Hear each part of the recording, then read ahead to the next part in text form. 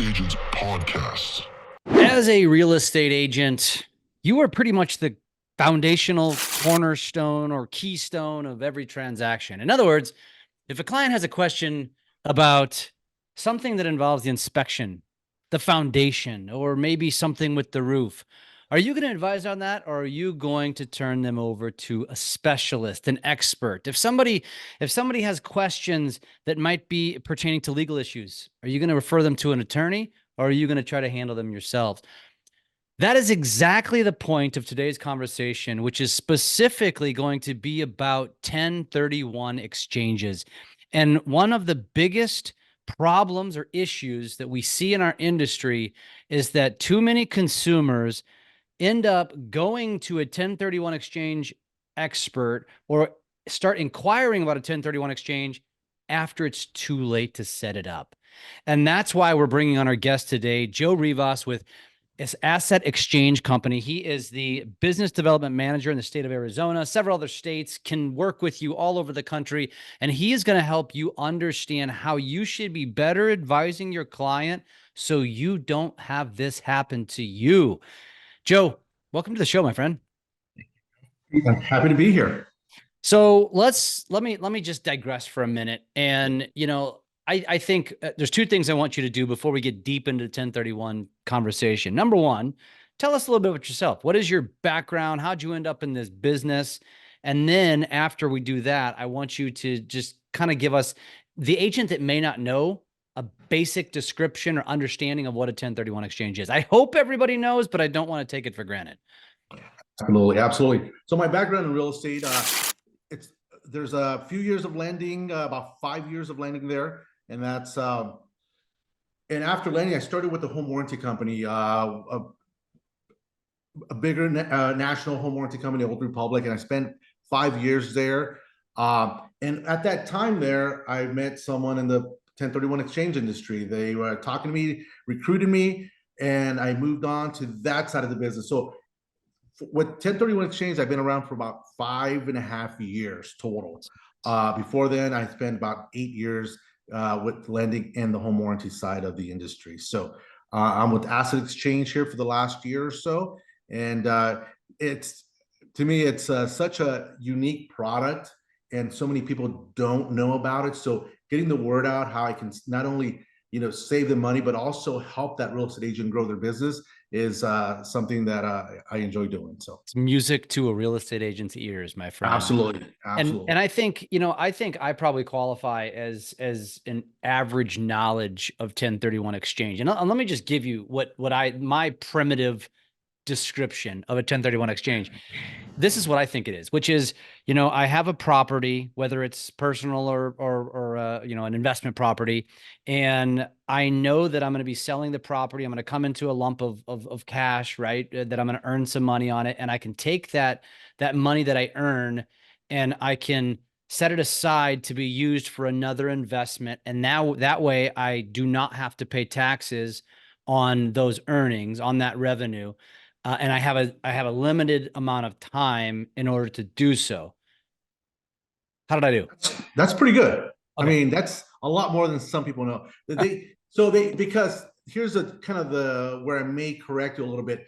It is not tax free. It is tax deferred. Got it. So as long as you keep exchanging, you can keep deferring. Tax free. The great thing is about a 1031 is it's the wealth building tool about a 1031, because if you own that exchange property for a very long time, and let's say you happen to pass away, your heirs, son, daughter, whatever, they take a step up in basis on that property, so they don't have to pay the capital gains taxes on it. At that point, they can sell. If they bought it for 300,000, now it's worth $1 million. That 700,000 capital gains is not taxable at that point. Really? Because they take the step up in basis, and that is the great thing about a 1031, and that's why it's considered one of the greatest wealth building tools to the real estate investor. So give us a more eloquent description of what a 1031 exchange is. So a 1031 is for the investor who is looking to sell their property and acquire a new one. And when I mean investment property, something that you have as a commercial or that you collect revenue from, like a rental property. Once they sell that property, there's that capital gains part of it. So like I said, you bought it for 300,000 and now it's worth 700,000. The IRS wants their cut out of that 400,000. Well, one way to avoid paying the IRS and reinvest into a new property is to buy another investment property. That's the like-kind aspect. You have to buy another property that you're going to use for the same reason as an investment, collect revenue from, whether it be commercial or residential. So you, like I said, you defer those taxes and you get to reinvest into another property and not pay give a big chunk to the IRS. So that's what the investor really likes about it, because they're just going to do it for the rest of their life, and they're going to build more equity, collect revenue from that unit, and build wealth. So you mentioned you're very specific about investment property only. So I just want to clarify that you cannot do this on your personal residence. No. Okay. Because on your personal residence, the government kind of gives you a break already. 250, the homeowner tax exclusion credit, a max up to 500,000. So that kind of satisfies the needs of the homeowner there. But on an investment property, they do not give you that break. They start taxing you from the first dollar you make. They treat that as income, basically. Yeah. Pretty much, yes. So, and then you also mentioned that, well, you didn't mention, I should say, you didn't mention the time period, but actually I want to mention, so as an investor, if you do not set up a 1031 prior to closing and you close and then you make the 300,000, let's just say, and you want to now use that for your next property, if you didn't 1031 it, you're first going to pay taxes on that, the earnings, right? Yes. The gain before you can invest. But if you did it as a 1031, you get to reinvest 100% of it. Absolutely. So let's say you sell that property and you close escrow today. Tomorrow, that person calls me, wants to do a 1031. It's too late. I mean, even the moment it hits your bank account, the escrow sends it to your bank account, that is now taxable. There's no way going back. But let's say that person set up a 1031 account, whether it be weeks or hours before closing on the relinquished property. The relinquished property means the property you're selling. Then the money that's in escrow at the time, once you receive the funds, is forwarded to the accommodator, which is the exchange company. We hold it there until you find the next property, and there's timelines involved. They give you for 180 days from the moment you close to complete the transaction. So there's plenty of time there. Inside that 180 days, there's a 45-day identification period. So from day 0, which is the closing date, to day 45, the government wants you to identify 3 properties. Out of those 3 properties before day 45, one of those has to go into escrow after day 45. So let's say you sell a house today, closes escrow, you open a 1031 account, you have the time clock starts there. Day 40, you identify 3 properties that you're interested in, and you send me the identification letter with all those 3 properties, all the information. Then after day 45, between day 45 and day 180, you must choose one of those properties and go into escrow and complete the contract in order to be 100% tax deferred exchange. So there's different layers here. Absolutely. You just don't have 6 months. You have to identify a property within 45 days. Right. And that can be the challenge and stress for some people, because let's say you identify 3 and 2 of them are going to contract with someone else. Someone beats you to them. Yeah. So kind of doing your homework and knowing, and I always advise, if it take your time, use the 40 days up to make sure you're sure of that property. During COVID, it was very tough because no one was waiting for you to sell your house so you can buy one. So identifying the first 45 days was the tough part, because houses were not staying on the market that long. So once that day 45 came, you might have to re-identify, find more properties to take place of the ones you originally identified. So there was a lot of craziness going around during that time, but now it's a little bit easier. The houses are staying on the market longer. Once you send me that identification letter, most of them are going to be on the market. So, but after day 45, that's when you have to make your choice. So, got it. And I think from that perspective, you really need to start your due diligence on searching, as soon as you go under contract with the house you're Absolutely. selling or the property that you're selling, so you give yourself more time and you don't feel that stress of finding a property. Because in today's day and age with low inventory, there's a hell of a lot of competition on every investment property by and large. True, true, yes. And that usually happens, for the savvy investor or the investor who's done 1031 exchanges, they realize that. But for the new investor, it may be too stressful. And that's where I see a lot of like pushback. They want to do it, but they're scared. So Yeah. that's why talking to an exchange company, making sure they lead you through the steps, give you some timelines, it eases that. And the sooner you talk to one, the better, the earlier you can start your search and the less stressful it's going to be. So Yeah, absolutely. So you had mentioned, when we were talking off air, that there's basically four things to know about a 1031, which I think we've kind of touched on at yes, least one of them. But let's go down that list, just perfect. because if you're listening to this, this is that list. You should stop what you're doing. If you're on the treadmill, you're driving, maybe just make a mental note of when this is in the episode and go back, write these things down, put it in your little folder. Every single time you're working with an investor, you need to make sure you're advising of this, whether they have the intent of doing it or not. Over-educate, because it's just going to elevate your status as the authority, as their real estate advisor. So what are the four things that you say you need to know, everybody needs to know about a 1031? Perfect. I'll point them out 1 through 4, and then I'll talk a little bit about them. First is the property qualifications. That's the like kind aspect. 2 is the timeline, the one we just talked about, day 0, day 180, and in between the day 45. Third is the identification period, which, if you are selling one home, buying another home, you get 3 properties to identify. But if for the investor who wants to exchange it to multiple properties, there's a different rule for that, and we'll talk about it in a second. And then the fourth is the tax deferral part of it, where all the cash that was generated from the sale of the home has to be reinvested. And we'll get into that a little further. So back to the property qualifications, that's the like kind aspect. The like kind, most people think it's, I buy a condo, I have to buy another condo. No, it's just, it has to be used for investment purpose. So whether it's a condo or a single family home, you must have a tenant in it. You must generate revenue from that property. Your primary residential does not count for that. The 2 is, which I think number 1 seems simple enough, but after every presentation, there's always one person that calls and asks me about their personal home. I go, you just can't do a 1031 on that. But I do mention, you do get that tax benefit on your personal residence, just not investment. 2 is a timeline. From day 0 is when you sell your property. Day 45 is when we need the identification letter stating that you have 3 properties.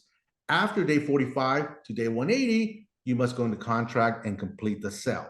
This it's plenty of time. The time where 180 kind of comes into play here and it becomes a little stressful for the investor is when they buy land that they want to build on. If you don't have a structure there, can you finish that property in 6 months? That can be challenging. And so that's where the timeline kind of comes in a little more, where you need to have all your permits, get all your contractors set. 6 months doesn't seem like enough time to build a house, but it can be done. It's just a little more work. 3 is the identification period. Identification. There's 2 ways to identify properties. One is the 3 property rule, which is the most common. You sell a property and the government says you can identify up to 3 properties. Out of those 3 properties, 1 must go into escrow. The second is for the investor who wants to exchange it to multiple properties. So let's say they sell a $1 million house in California. They want to buy 2 properties in Texas. So government says you can identify up to 200% of what you sold for. So now you can go in Texas and say, okay, well, I identified these 4 properties. They're 250 each, equaling, or 500,000 each, equaling 2 million. So because you're buying more properties, they're not going to say, well, you get to double the identification. They just basically put a percentage on it. So in this case, if you sell for $1 million, you can identify up to 200% or 2 million worth of properties. It can be 3 properties, it can be 2 properties, or it can be 8 properties. And the last is the tax deferral requirement, where if you sell for 800,000, you must also purchase the exchange for 800,000. Just because you have 400,000 of equity doesn't mean you can take that 400 and buy the property. You must reinvest all of it to make it 100%. That's the rules of the 1031 IRS code, that if you sell for 800,000, you have to not only bring your 400,000 of equity, but come up with the other 400 in a loan or cash or however you see fit. But you have to meet that same amount or greater to what you sold for. So if you sold a house, if you owed 400,000, you sold it for 800,000, you made 400 because the other half of it paid off the other loan. And then so you come to you then now want to do it 1031. You now have to buy a property of at least 800,000 or more. And you can apply your 400,000. You have to apply all of the 400,000. You can't take some of it, all of it, but it's got to be to a property that's 800,000. You can't go buy a 400,000 just and basically have it for cash. Right. You can't buy down that much because then you're getting taxed for what you didn't spend. So if you only spend 400,000, you're going to get taxed on the other 400,000, which at that point doesn't make sense. Yeah. But if let's say you want to buy down, let's say I found something for 750, then that 50,000 difference, you get taxed on that. So it may make sense to people to buy just a little bit down. You also get to kind of write off whatever your expenses are, like title escrow, real estate agent commissions. So you can buy down a little bit and still be at 100% tax deferred exchange. But when you buy down so much, the tax implications might be so great that it may not be worth doing it at that point. So got it. Awesome. So the closer you meet that number, the more sense it makes and the more money you'll have to defer. So are there any minimums or maximums? No, absolutely not. No. So you can as long as whatever you sell, if you buy that meets it or exceeds it, you should be fine. Yeah. I mean, so if you sell a property for 50 grand and you make 50 grand, let's say you're free and clear, you just got to buy another property that's at least 50 grand, which isn't hard to do. Right. Got it. And commercial then property. If it's 10 million, it's 10 million and it's free and clear and you clear 10 million and you want a 1031 exchange, you got to buy something 10 million or more. Yes. If you want to buy down, then you'll get taxed at the difference, whatever that is. Yep. And like I said, to some people that still may be better than paying taxes. So, wow. Awesome. Yeah. Awesome. So is there anything else we're missing here? Or do you have any like examples that you could share? Examples of this week I've been having a lot of investors who live in another country. They own property in the States and they want to do a 1031 exchange. Well, with 1031 exchanges, they don't allow for you to exchange or buy foreign property and exchange that. But for the foreign investor, you can exchange the property you own here. Kind of two ways to do it. You can pay taxes, 15% FERPTA on the property that you sell, right? Which if you sell for $1 million, you have $150,000 worth of taxes you owe, which may not make sense. I guess if you do the math, it's like, well, it's too much. I'm just going to hold on to it. The only way I would say around that is if that foreign seller has a tax ID number, because most of them will not have any social or tax ID. And that's why at closing, they hold that 15% because the IRS isn't going to send a bill to someone in Canada or Mexico or somewhere else. They're just going to collect 15% for any taxes due. So the only way around that is to get a tax ID number. And, right now you're looking at about 6 to 8 weeks to even get if you're going to get one. So being prepared, if you have a foreign investor who's selling property, wants to do a 1031 is key, because if they don't have a tax ID number, it takes time. If they want to list tomorrow and they don't have that, more than likely that's not going to happen. There is some tax attorneys that will expedite that. You can find them at your local board. But in order to do that, I would say be prepared, because it's going to take 4 to 6 weeks at the quickest, maybe even 8 weeks. And I've gone 3 calls on that the last week and a half. And you go through different types of calls. And that call to me is like, I'm learning so much more about it because it's happening a lot more. And the process basically is what I just mentioned.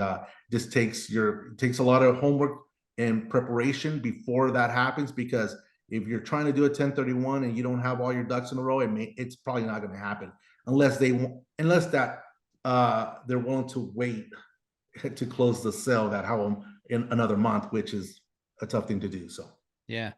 I mean, I think it's interesting because what would be your advice to a real estate agent? So as I mentioned in the beginning, would you advise on things that are outside of your expertise or that could end you up in a lawsuit of some sort? right. So Right. I get so many questions. Great question. I get so many questions on, hey, what's my tax bracket, or how much am I going to get taxed? Well, I always, and it's always good to say, ask your CPA, talk to a tax advisor. And a lot of times that's the first person that I send them to, because they'll get a better understanding of what they have coming or what can happen. Because we're the 1031 exchange accommodator. We set up everything for them. We don't give them tax advice because legally we're not allowed to. Yeah. So that's when I work with CPAs, tax advisors, when I work with investors who basically go to them before they go to me, it works a lot smoother. But those questions, I always advise them, talk to your tax advisor. They'll lead you down the right path, and then we'll go ahead and set this up for you. But that's somewhat of what I get. Also, some of the questions, some of the things that I get here with the new investors is, I own my property for 6 months. I want to do a 1031 exchange. Well, that's not enough time. IRS doesn't have a rule on how long period you have to own this house, but they want your intent to be, well, I've used this as an investment. So most accommodators, they recommend 24 months of ownership or 2 tax returns, because at that point, the intent was that you're using this property as an investment. So the IRS wants to see that. Like I said, 24 months, anything less than 24 months, if you have your CPA sign off on it and says that, yeah, you're good to go, we'll be more than happy to assist and help you out with that. So in other words, no flipping. no flipping. No, IRS looks at that as inventory, not as investment. So it just doesn't have the seasoning, the time, and it's probably going to be a no-go. So Interesting. Yeah. Okay. Yeah. That's good. I'm glad you brought that up. yeah. Is there anything else that we didn't cover? Because Oh I think man, I think it's interesting that you brought up the foreign investor, because I think that's applicable to, to an Arizona, California, Hawaii, Washington, so, Florida, a lot of the places on the East Coast, Texas, right. maybe. So I'm glad you brought that up. But is there anything else that's important to bring up? Yeah, there's I would say there's when there's why do people do a 1031 exchange? Well, the tax deferral part of it is number one. But for the investor who's ready to retire, do they want to manage 10 properties? Do they want, you have 10 tenants, you have 10 people you deal with? They may just want to just slow down a little bit. They're ready for retirement. They're ready to say, hey, I'm done doing all this work as a landlord or as an investor, but I still enjoy that revenue that I bring in from these investment properties. So what they may do is they may exchange those 10 properties into 1 or 2 properties and still manage their burden of what they have to do as a landlord to a lesser degree. So why do people do exchanges? There's different reasons. And those being one of the most popular reasons is they just want to not have that much work to do anymore. They're ready for retirement and they want to downsize their business. One other type of exchange you saw a lot more during COVID is the reverse exchange. This is a complete opposite. So a delayed exchange or a forward exchange, what we do now, the most common way to do it is when you sell your property and you buy a new one. But on a reverse exchange is you see a property, you want that property, you fell in love with that property, but you haven't sold yours yet. You can do a reverse exchange. You can buy that property and then your your day zero starts when you close escrow on the one you buy. And in 180 days, you must sell your property.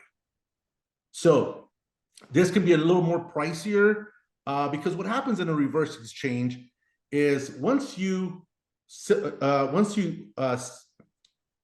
buy the property, you basically own two properties. You own the property that you just bought, and you bought the one you haven't sold. IRS doesn't allow that. So what happens there is the exchange company, the accommodator, takes title to the property you just purchased. So then you meet the IRS guidelines of being the one owner, not having two properties. So then you can sell your property. Once you sell that property, we release title back on the property you purchased. So this is where, remember COVID, when there was no contingent offers, things were flying off, everything was selling pretty quick. No one was going to wait for you to sell your property, but this is a property you wanted.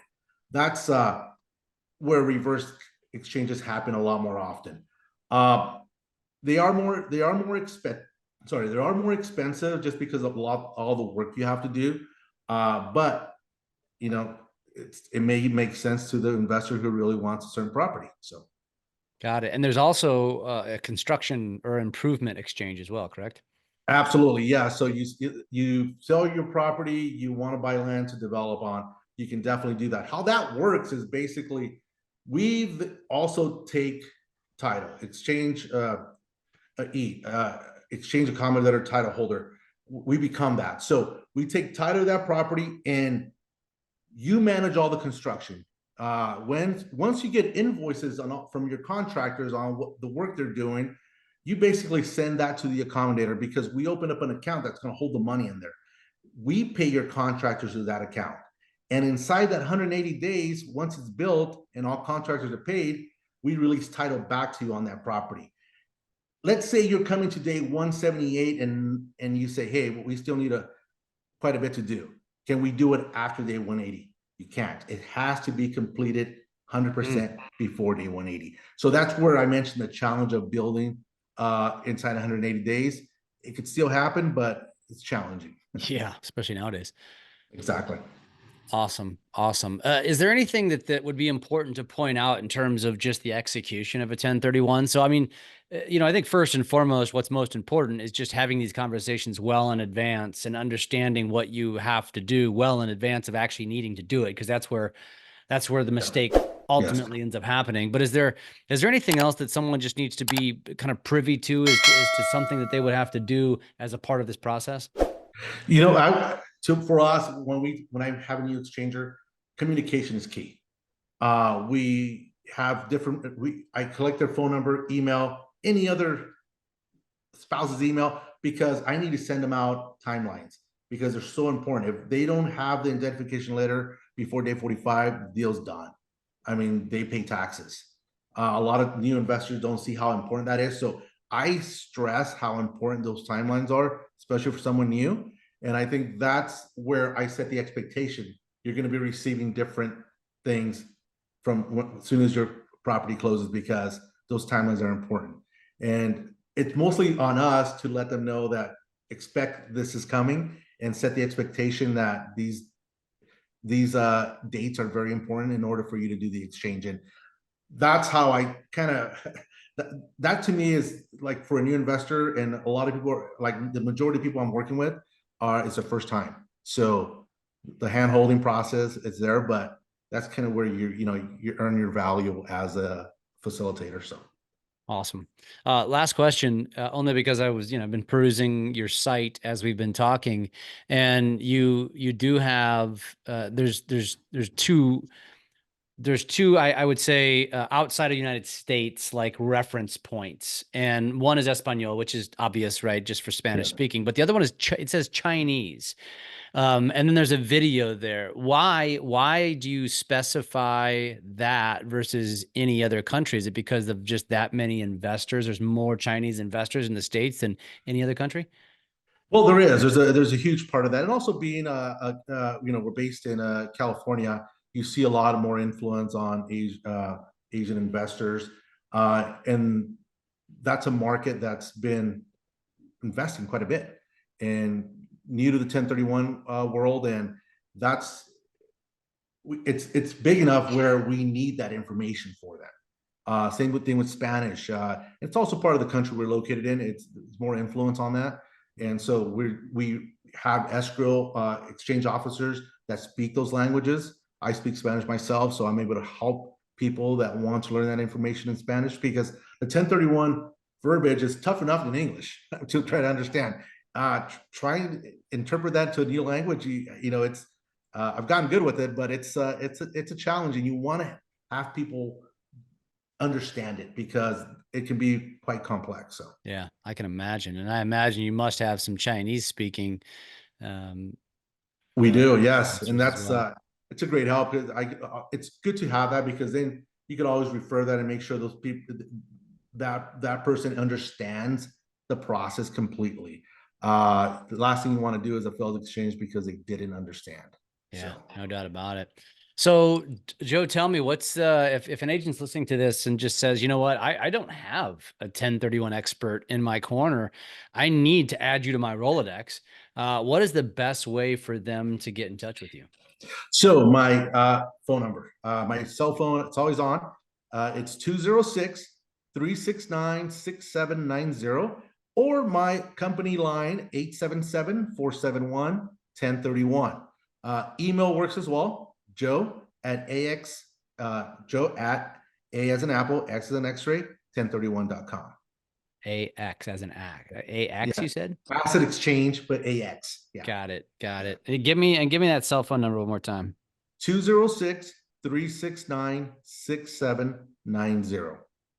Awesome. I think that's going to become super useful, because there's not a whole hell of a lot of probably 1031 experts out there, and especially in many markets. And I know I asked you this off the record, but I want to ask you again. You're based out of Arizona. You're licensed in certain states, but you can help agents in any market. Is that correct? Absolutely. Anywhere in the continental United States. IRC code 1031 is a US tax code. So we're able to help someone in New York, Washington, Florida, Texas, Arizona. It all applies the same. Some state rules are different, but when it comes to 1031 and the IRS code, it's throughout the country. So Awesome. Joe, super insightful, man. I appreciate you being on today. I know this is going to be useful for our audience, and hope we stay in touch. awesome, Jeff. Hey, thanks a lot. Take care. Have a good one.